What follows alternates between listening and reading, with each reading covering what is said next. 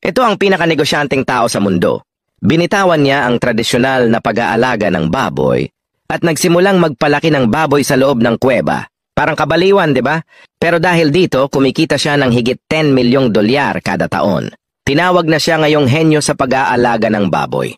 Di tulad ng karaniwang babuyan, ang pag-aalaga sa kuweba ay nakakatipid ng malaki sa gastos sa pagpapatayo dahil natural ng silungan ng kuweba. Wala nang kailangang mamahaling gusali, tipid agad yan. Mas maganda pa, mas mabilis lumaki ang mga baboy sa kuweba. Panay 15 hanggang 20 degree Avi ang temperatura buong taon. Walang aircon, walang heater, tipid sa kuryente. Mas masaya at mas malusog ang mga baboy. Parang 5-star na villa para sa mga baboy. Ang sahig ay natural na bato o putik, kaya unti-unting nabubulok ang dumi ng baboy.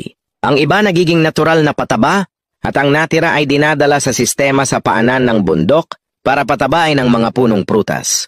Wala nang mabahong tangke ng dumi. Zero amoy, zero polusyon, zero basura. Isa itong full eco-cycle farm.